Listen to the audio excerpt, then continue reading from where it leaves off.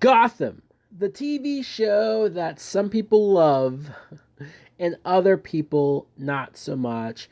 I'm here to talk about how I feel like Gotham went wrong. This is a show on Fox that it's based on the Batman lore, the Batman characters, the Batman history, just without Batman. Isn't this a great idea, Fox? This show, the whole point of it was to follow Jim Gordon. And I'm not saying that, oh, that as an idea is terrible. No, I think it's a great idea. I think a show that takes place in Gotham that follows Jim Gordon as the main character. It sounds great. They made a comic book series of this same premise called Gotham Central. And this is great. This is all about Jim Gordon and everything going on, not just with his police career and the cases that he's having to follow and the partners that he's working with and the corruption in the city, but also his personal life and his wife and the marriage and just everything that is interesting about this character, how he's not perfect. I thought that's what the show was going to be, or at least a version of that. Of course, that's not what we really got at the end of the day. In the pilot episode, you see the murder of Thomas and Martha Wayne, which in theory makes sense. You have the Wayne parents get murdered, and that's the start of the show. You have the investigation on their death, and you see little Bruce Wayne. But here was one of your first mistakes. Missed opportunity. You could have had Thomas Wayne, especially. I mean, sure, Martha could have been there as well, but Thomas Wayne, he's a big influencer in the city. He could have been a guy that we followed for at least a few episodes, if not the whole first season. And we could have seen him try to clean up the city. We could have seen his worldviews, how he thought. Look, we got these type of scenes, these type of moments in Batman Begins, which that was a movie. This is a TV show where you're able to have the time. You're afforded the time to spend time with characters and flesh them out, develop them, make us care before you killed them. In Batman Begins, I got more development out of Thomas Wayne and what he meant to the city and how much he was trying to do for the city before his death than I did on this show. How does that happen? How do we not at least up until maybe the mid-season finale, if not the finale of season 1, build towards the death of the Wayans and have it mean something? Hell, I got more character out of the opening montage death scene of Thomas Wayne from Batman vs. Superman. And that's sad. So let's talk about young Bruce Wayne, because he's the one who's left parentless. He's the one that I thought originally was just going to be a side character or just be somebody that we would see in maybe a couple of scenes here and there. But no, he at some point, maybe a producer or somebody said, we need to follow Bruce Wayne more. Even though he was like 11 or 12 years old, he was so young, and they tried to incorporate him on so many things, having him show up for certain things or having him had side plots that just sometimes never went anywhere. We don't need to see Bruce Wayne, baby Bruce Wayne, little Wayne, however you want to phrase it. I'm not interested with Bruce Wayne at this age. I know that you want to have him go through some dark stuff. You want to have him go through some inner turmoil stuff. You could have had a lot more with him in school and what that's like for him in school, especially a rich school. They had maybe one episode where he dealt with Thomas Elliot, who eventually becomes Hush, and they just kind of dropped that. This was a waste. They were so busy, so focused on creating Easter eggs, creating little hints that, hey, this kid's going to be Batman. Get it? Are you ready for this? And since he wasn't at an age that would make sense for him to become Batman, hell, you could have written this character off to where he has to go to another country, does the training that we all know that he does, and then recast this Bruce Wayne to come back and be believable if you want to have a young Bruce Wayne or a young early version of Batman. But no, instead they had this same kid who, acting wise, he's fine, he's serviceable, but the moments when, especially the last couple seasons, when he's in that leather jacket, he has that mask that's supposed to be a prototype of Batman, but it looks silly. It does. I think they're trying to give us a wink and a nod. I think that they think they're doing something cool for the true Batman fans. And like I said earlier, I know that there are people who love this stuff, who love this show, and for them it's everything. But for somebody like me who grew up on this character, for somebody like me who have read the comic books, who watched the animated series, who watched all the movies, and have really prides himself on being a huge Batman historian, this gets so much wrong on so many levels. It goes to show that the writers and the producers don't understand the character, don't understand the Batman and his connection to the villains, and why that is so special and why that is so unique, and what separates that from every other superhero and their villains. It's not enough that these villains are just there and they just exist. No, Batman has a yin and a yang relationship with the majority of his villains, if not all. He is almost indirectly responsible for the creation of a lot of these villains. You can't just decide, hey, we're going to do this. We're going to have all of these villains exist by the time Batman's 14 years old. It just, it doesn't work. It doesn't make sense for me. They even, in a desperate act to find something for Bruce Wayne to do, they had those moments of him being a dick just because. He literally just turned into an asshole one day and was like this for a couple episodes where he was shady to everyone, including Alfred and Selina, and then woke up and decided to be nice again. I mean, come on. That's, if you're gonna go for something like this, then fully commit. And that's another huge problem that this show has, is that it never fully commits. Alfred Pennyworth, I will say, is one of the brighter spots of this show. The actor is great. His relationship with Bruce Wayne is great. How, because Bruce is this young, Alfred can shut him down and say, no, Bruce, you're wrong. And he's had to say this to him a lot. You're wrong. This is how things should be done. And he's also looking out for his well being. And so you never go against Alfred anytime that he tells him not to do something, because Bruce is still a teenager. It doesn't make sense for him to be going out and fighting crime at this point. Selina Kyle is another character and actress that I think works on the show. I think she has a great relationship with Bruce Wayne. The fact that in the first episode she witnessed the murder of his parents, and so that made her feel connected to him or drawn to him in a weird way. And then, yes, I know, this is where I make my compromise. One of my biggest complaints about Gotham is that it changes the lore just because. I'm completely open, and it has been done numerous times in comic books, in movies, in TV shows, where they change a character's backstory or they change a character's relationship or dynamics, and it works. If it's better or if it's just as interesting as what I know before, then I'm willing to go along with it. And Selina Kyle is proof of that, because her knowing Bruce Wayne this young is not canon, but for this show it is. And I think because it does set up for great tension stuff, or just great moments and situations where they do constantly disagree, Selina and Bruce, and they're always at odds, but Bruce's feelings for her will always work himself away back to her.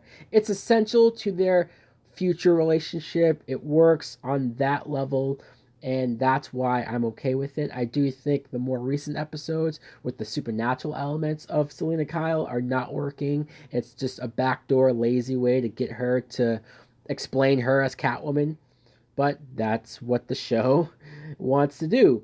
Jim Gordon, we should talk about him since he is the main character, right? He is played by Ben McKinsey, who I never fully bought into. Ever since season one, I didn't love the actor. I thought he just didn't command the presence that Jim Gordon, even a young Jim Gordon, should have. But he's fine. He's okay. Maybe I've just gotten used to him at this point. I do like how the character started off so optimistic and so righteous and wanting to do what was right, but then again had to start relationships and partnerships and make deals with people that he wasn't proud of, but it was the ends justifying the means. He knew he had to do certain things in the moment to get from one place to another, to get the bad man that he was going after. And so those aspects I liked. I think there came a point where, and I don't know exactly what season it was, maybe it was as early as season one, from the beginning, where they just made him Batman without the costume. It's just Jim Gordon feels like our Batman without the costume, who goes up against these super villains, in some cases super powered villains. He's fighting villains that it makes it almost laughable that he would someday, one day, need a Batman to help him.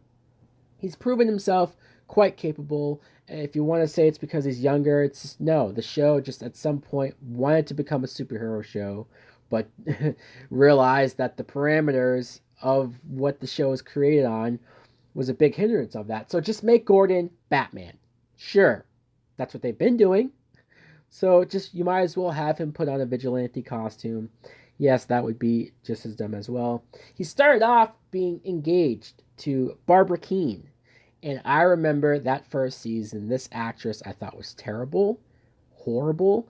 I could not buy her, not only as his love interest, but as somebody that I'm supposed to feel for or care about, or any issue that she had with Gordon, take her side. Just no. She came off whiny, she came off annoying, she came off complaining, and she just came off as a bad actress, honestly. It's just, I'm sorry, but it's true. She was terrible. It wasn't until, and I'm convinced, I know the writers and producers will probably swear that they had this plan from the start, but I call bullshit. They listened to the fans, or they listened to people who did complain about her.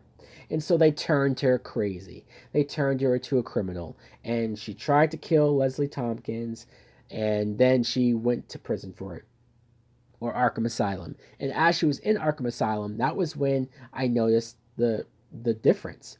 She had so much more room to play with. She had so much more freedom to be louder, to be bigger, and that catered more towards this actress's strength, I think. I think she does work more as an over the top character. She does work more. She has the crazy eyes. She just embodied the evil Barbara a lot more.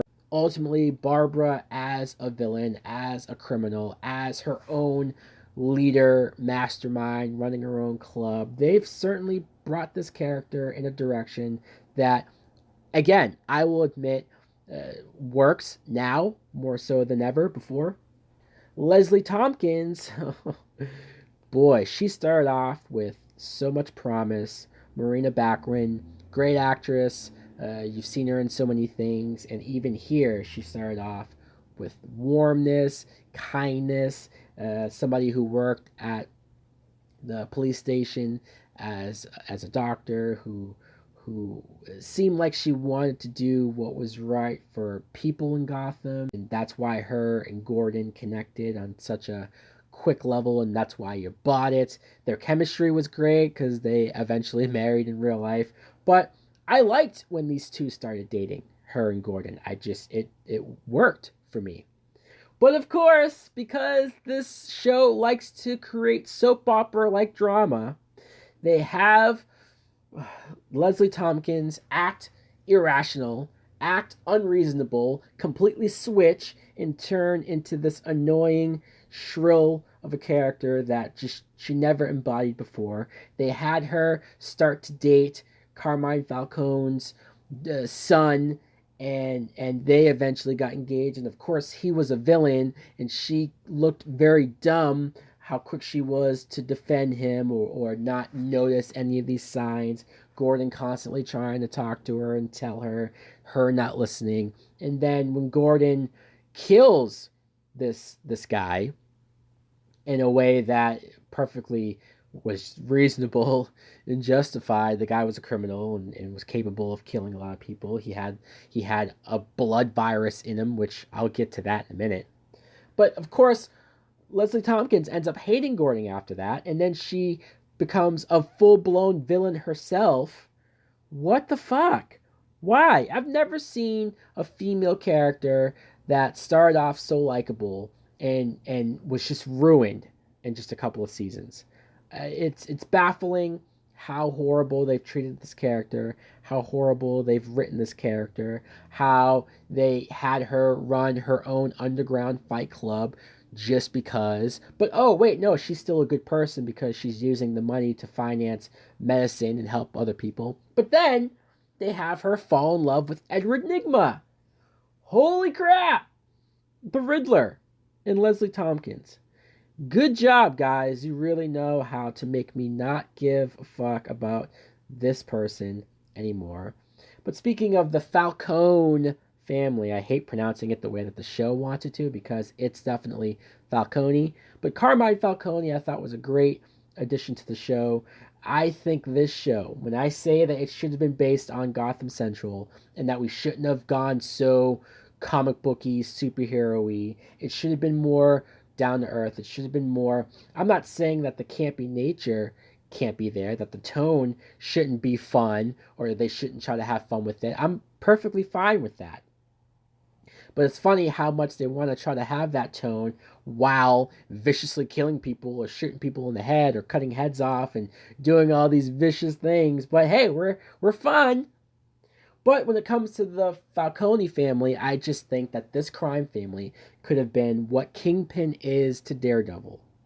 And maybe the existence of Daredevil is another reason why I'm so down on this show. Because another show like that has shown me that this can work. Has shown me that you can have villains that aren't superpowered, that aren't over the top, that are grounded and realistic. And you can make them compelling. You can make them interesting, fascinating, make me care about them. And I think Falcone could have been that. His rivalry or the family's rivalry with the Maroni family could have been also interesting. Two different crime families, both fighting for that same spot. We got some of that in season one, some of it, but it was very much in the background. It seemed to serve as a backdrop for other characters like Fish Mooney, like the Penguin. Let's talk about Fish Mooney.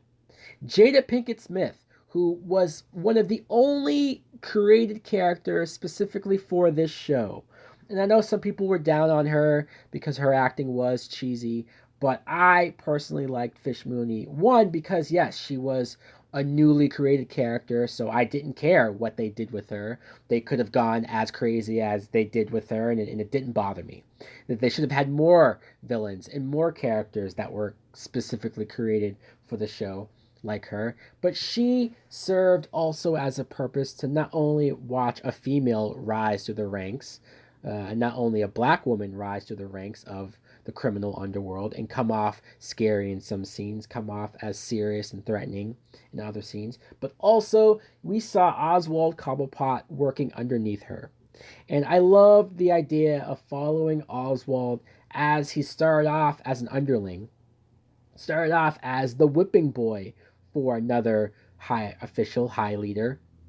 And to want more than that, for Penguin to want to move on from that and become his own crime boss, to do all of the scheming that he was doing behind everyone's back and sort of getting everyone to turn on each other. It was great. It was some of the best stuff early on.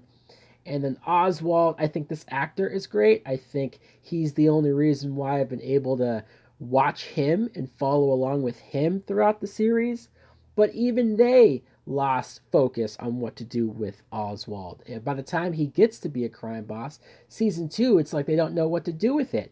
They have him lose his position. They have other people turn on him. Then you have him run for mayor, which is a play off of Batman Returns. And obviously, this actor, this version of Penguin doesn't look like the Danny DeVito Penguin. He doesn't look like the 66 version of Penguin, the more comic book accurate version of Penguin, but that's fine. Again, if you give me a version of this character that I find just as interesting, or I find this actor still good, I'm okay with the changes. I'm okay that he's not fat. But you do certain side plots, you do certain things of him, for example, falling in love with Edward Nygma. Why? Just why? I don't care that you make him gay. I don't care that he would have a boyfriend, but this just reeked of we don't know what else to do with him. And we don't know what else to do with the Riddler, so let's just have this wacky romance between the two that's one sided, clearly, and then have them be at odds and chase after each other and try to kill each other and then lead to nowhere. That's another thing that this show has going on for it in a bad way, is that they create these situations. They create these characters, and because it's a quote unquote prequel, a prequel to what? I don't know, because what version of Batman has all of this villain history before he even exists? But you have these villains and people who are supposed to be somebody someday, are supposed to still be around someday, so you can't technically kill them at this point. So you have Penguin and Riddler, for example, chasing each other to kill each other, but you know none of them are going to die. So you have to always, almost always, in all of these situations, with all of these characters, if you have them at odds, if you have them in conflict, they have to resolve it, or they have to just end this feud in the most random or convoluted, uneventful way possible. And it makes everything that you just watched before that seem meaningless, seem like it was all for naught. And that's another frustrating thing watching Edward Nygma, for example. He started off as somebody that worked at the police station. He worked in forensics. I thought, was going to have a Dexter-like plot where, and they started off like this, and they quickly just accelerated it and went so far in the future, way before they should have gotten to this point. I thought he would be like Dexter, where he uh, creates this urge in himself to want to kill people, or to want to go after bad people, or to do crime like things, but then secretly cover it up. Then secretly use his position to keep himself clean, or to place the blame on other people. And they only went so far with it. They immediately have him in this love interest. He immediately gets her killed, and then that sets him down his dark, crazy path. And I thought that was a huge mistake. I thought you could have had this relationship, for example, last a good while. You could have had more aspects of him losing himself and get inside his character and just do more and more slowly over time. It was clear, though, in the first couple episodes how much they were hitting it hard with him and his riddles without even explaining why he likes riddles. Just, oh, hey, here he is, Edward Nygma, so he's going to tell riddles. It's just, we could take our time, people. This is a show. We don't have to bum rush everything. We get it. If we're fans, we know who these characters are. We see their names. We want you to tell us something interesting, or something different, or something that makes them more compelling than you've ever thought of them otherwise. And a lot of ways, they just didn't do it. They were so quick to get this guy in his green suit, and once again, doesn't pay off. He gets frozen by Mr. Freeze and somehow survives that, and then comes back, has all of that I talked about with Leslie Tompkins, but then the two of them get killed. Currently, he's having a Memento like storyline where he doesn't remember certain points, and he's going around doing things and not remembering it. What are we doing with these characters? What's the end goal? What's the plan? Because even in their final season, I don't know, or I don't care enough where they're going. Another example is Harvey Dent. Harvey Dent has split personality in episode 1 with him. The first time we see him, he's already crazy. He's already with the coin and flipping it, and being villainous. And it's just, why? Why did we do that in episode 1? I know in Batman the Animated Series, They created that idea of him having a split personality before the accident, before his face being blown up. And so that's fine. But even Batman the Animated Series, a cartoon show for kids, knew enough to have Harvey Dent in at least 2 or 3 episodes just as a guy, just as the DA, just as the district attorney, just as seemingly a good guy before they showed signs of him becoming a villain or turning evil or developing that split personality like they did. This is just so shoehorned, so we don't know what else to do with the character besides the obvious that it pains me. It pains me because sometimes I like some of these actors that they cast. Sometimes I see what they do with the characters, like Harvey Dent, and it feels like a missed opportunity. It feels like a waste. It feels like it was just rushed. And now we haven't even seen this guy in how many seasons? Where'd he go? Butch, for example, was a great sidekick for the Penguin. But even Butch, after a while, got lost in the shuffle, and his relationship with Tabitha just sort of was there. The back and forth between him and Penguin, and who's going to turn on who first. The fact that when he dies, they randomly decide to pull out of their ass that his real name is Cyrus Gold. Wow! His name was Butch. There's no reason that if that was your real plan from the beginning, if you really thought you were going to turn this guy into Solomon Grundy, that there was no reason you couldn't have just called him Cyrus Gold from the start, have that Easter egg. You never really need to see him become Solomon Grundy ever, but if it did happen, you would make those fans happy. It is just he wasn't Cyrus Gold long enough. It felt like, oh hey, let's just turn Butch into Solomon Grundy. Let's just do that because why not? Ivy Pepper. This is another example of wait, who's Ivy Pepper?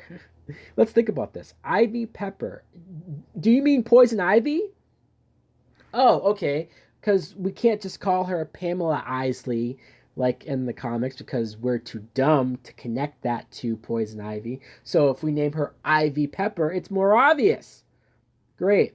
So in the earlier seasons, she was played by a young actress the same age as Bruce and Selena. She was in fact like good friends with Selena. They were both orphans, and you liked that. It was a nice connection between the two to have that history. It was different, but I was willing to go along with it. But then, just then, more convoluted, more randomness, more let's just shove this out of our ass. Like, she gets infected by chemicals, Poison Ivy does, and so she just grows older.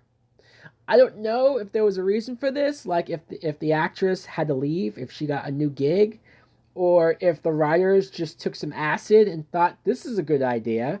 Let's have her age by almost 10 years, or if not more, and have this older version of Poison Ivy, and she goes around and they don't even do really anything interesting with her because after a while she disappeared.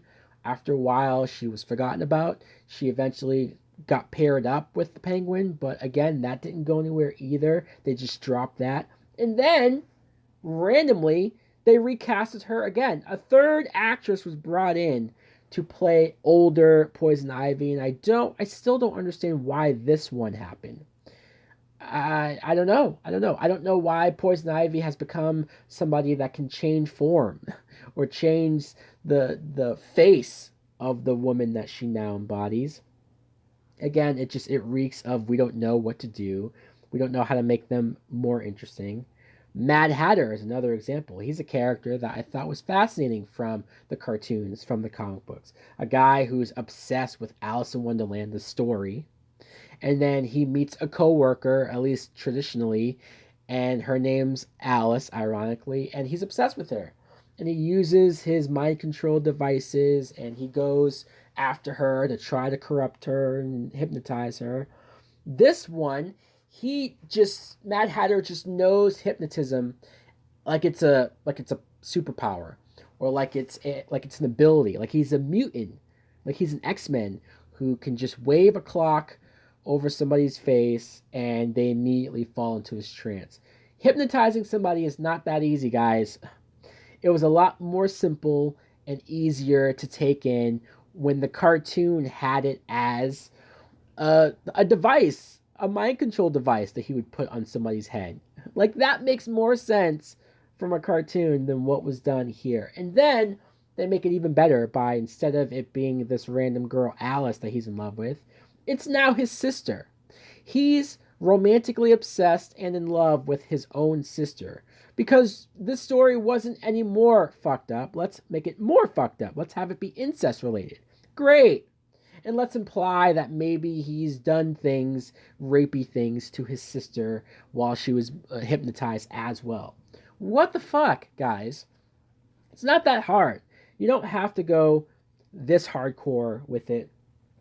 And then they created this virus, this blood, that if anyone comes into contact with this blood, they will turn evil.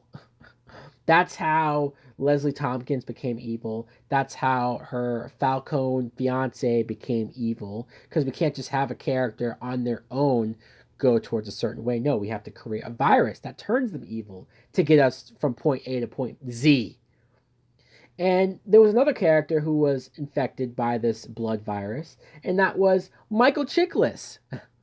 Great actor, and when he first was announced for the show, I thought, great, somebody in the position of power, somebody above Gordon, somebody who was a little bit of a hard ass, maybe too much of a hard ass, but I get it, he's by the book, and he thought that Gotham would be savable under the right circumstances, under the right rules. And instead of him coming to grips and realizing the hard way that he's wrong, and realizing that Gordon's right, and realizing that sometimes you have to go against the law. No, they just have him get infected with this blood virus, and he just turns evil. Great!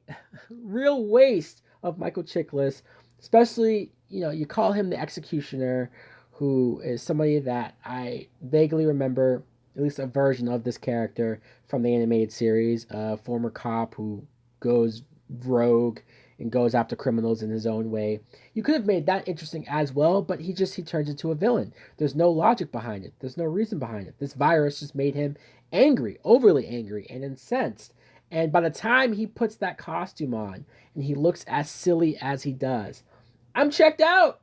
I'm like, okay, there's no semblance of realism, or even if you're going for heightenedness, there's nothing interesting about this. It's so surface level. It's so on the nose with why these characters do what they do.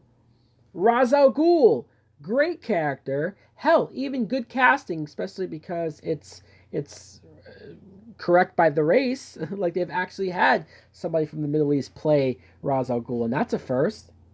But you have the League of Assassins, you have these characters interact with a 14-year-old Bruce Wayne. No, I'm checked out. Again, if this was a show where Batman existed, even like in Titans on DC Universe, where in that world Batman does exist, we only see him very rarely. You still could have had this show be like that, where there is a Batman, he does exist, but it follows Gordon. You could have done that all in the same, and it would have made sense why these certain characters exist and are going through the stories that they do. They've already, by the time Bruce was like 13 to 14 years old, had Bruce kill Ra's al Ghul. No!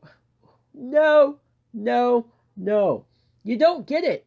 You don't get the dynamic between Bruce and Ra's, and why Bruce would never succumb to this, and why it's a lot more interesting when he's an older man and has been through a lot more suffering and pain to buy any of this going back and forth. Hugo Strange, again, BD Wong is a good actor, and he looks great as the character, and his whole thing traditionally is that he's obsessed with Batman and obsessed with finding out his secret identity.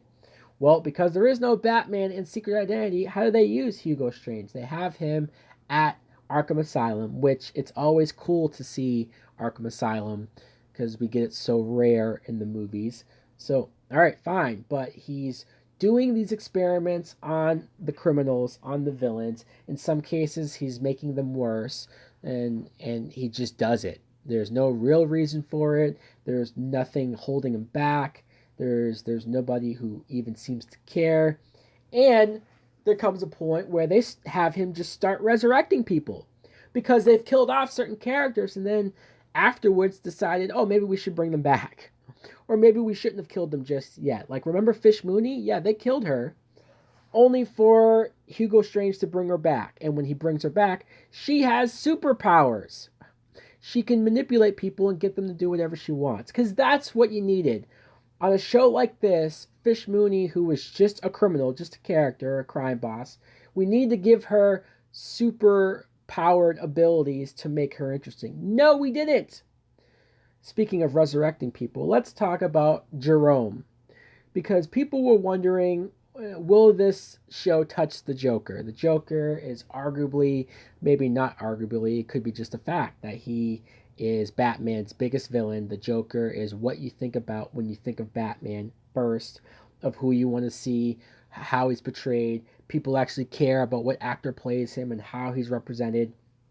So Jerome was brought in, played by Cameron Monaghan. The first episode, it was a twist reveal where he was just a kid from the circus whose mother was killed, and it was a murder mystery. And you find out by the end that it was him.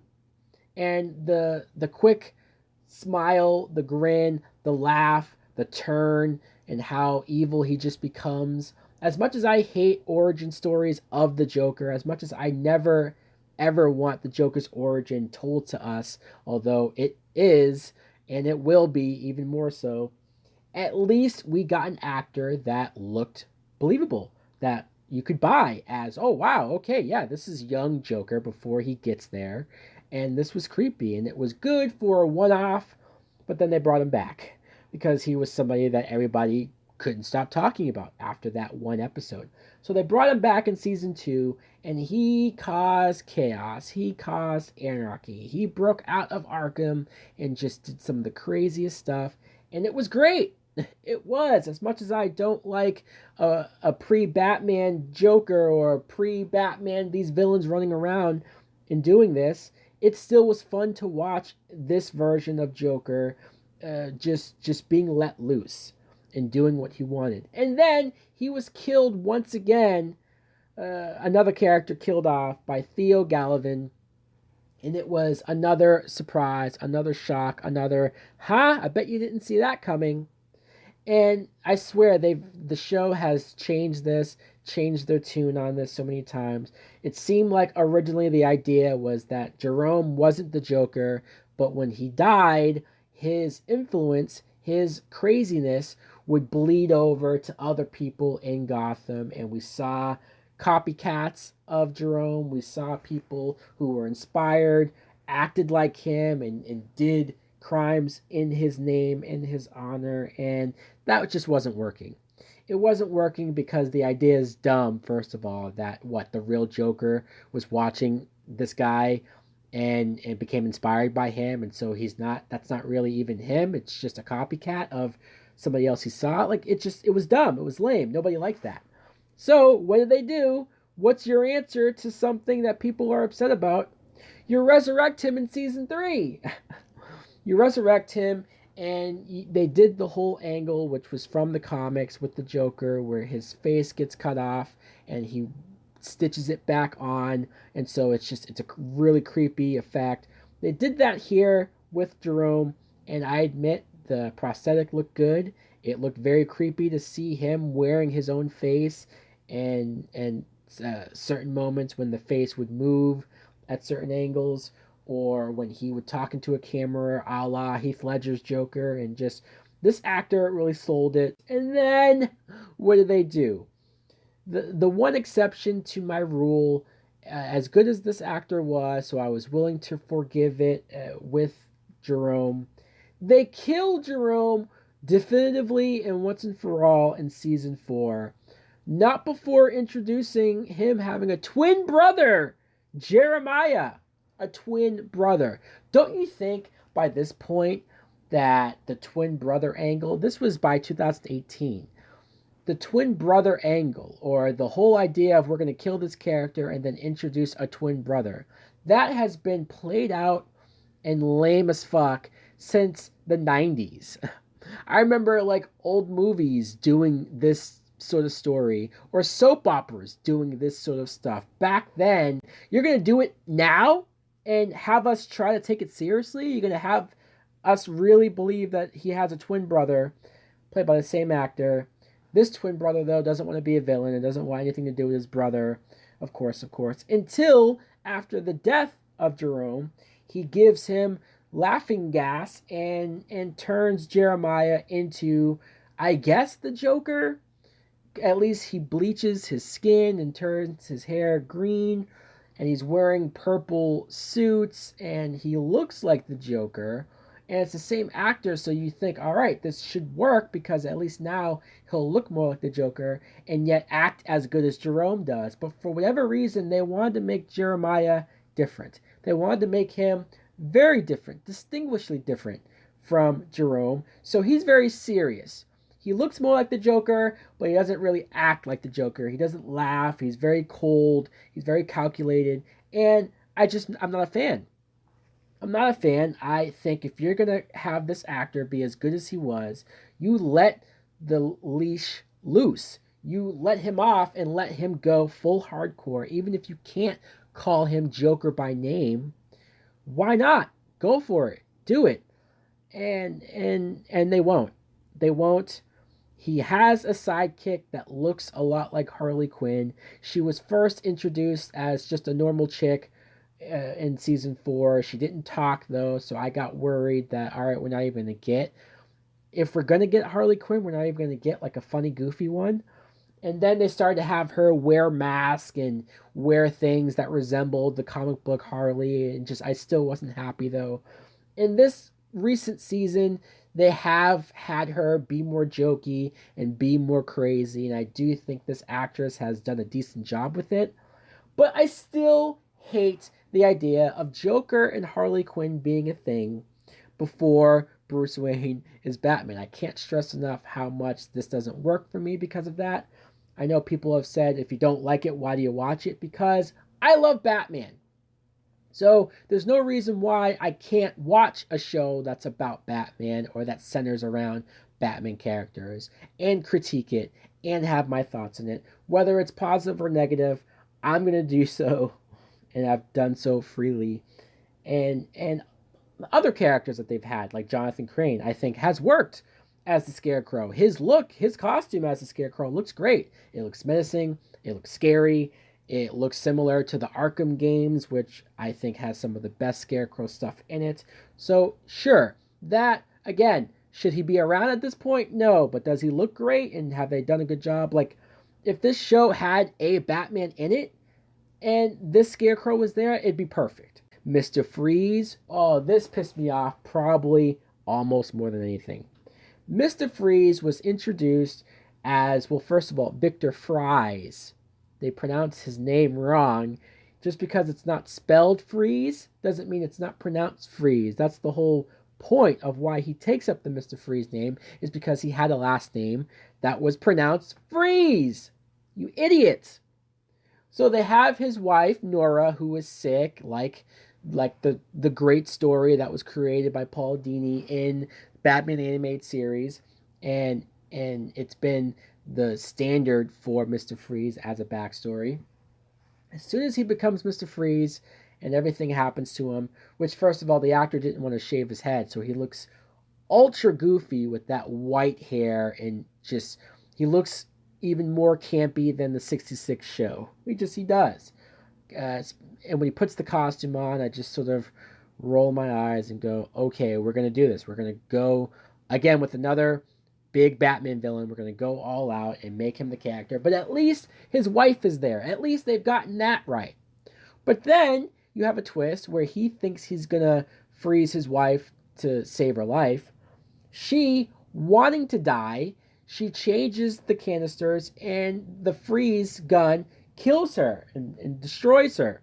So now you have a Mr. Freeze who doesn't have a wife anymore, who doesn't have the emotional angst of wanting to save his wife, and the sole purpose for why he is a criminal and why he is as cold-hearted as he is, because she's the one thing that reminds him of what it was like to be human. Why do you undo that and change that or move past it just to have him be a henchman? Again, the most uninteresting versions of these characters are being told on this show, and I can't believe it. I can't believe that Batman fans who know the other material are okay with this. I can't believe that they're okay with not wanting more. Watching a show, watching people who get paid to write this crap, just they're accepting not only mediocre, I think they're accepting laziness. They're accepting trash material. I mean, come on, we had the Court of Owls storyline, which is something that is fairly new from the comic books and is very interesting and creepy. And they had them create an emo, evil clone of Bruce Wayne. They took DNA and had Hugo Strange create a Bruce Wayne clone. And man, that whole side plot of evil Bruce Wayne walking around with that horrible, horrible wig on, going around and tricking Selena Kyle and tricking other people, and going around and pretending to be Bruce Wayne. This was probably some of the worst stuff that this show has ever done. I can't believe it's lasted this long. I know people are upset it's ending after season 5. I can't believe it's gone to season 5. I've seen far better shows, shows with better writing, better care, better time, better effort put into its stories, put into its characters, get canceled sooner. It it boggles my mind. I guess it is. It does just come down to people just don't care. People don't care about deep thinking material, deep thinking story, interesting character depths. No, they just want to see action. They just want to see splat. They just want to see comic book characters on screen, even if it doesn't make sense, even if it doesn't lead anywhere, even if it doesn't go anywhere, doesn't feel special. This show will not be talked about in a positive way after it's off the air. I promise you, I guarantee you, it will not go down as one of the best comic book shows of all time because it's not. Sure, my opinion, sure, this is true, but I would like to talk about this. I would like to debate this. Or if you agree, let me know in the comments below. What do you think of Gotham? Did you ever like the show? Do you still like the show? When do you think it went wrong? If you ever thought so. Thanks for watching. Like, comment, subscribe. Later.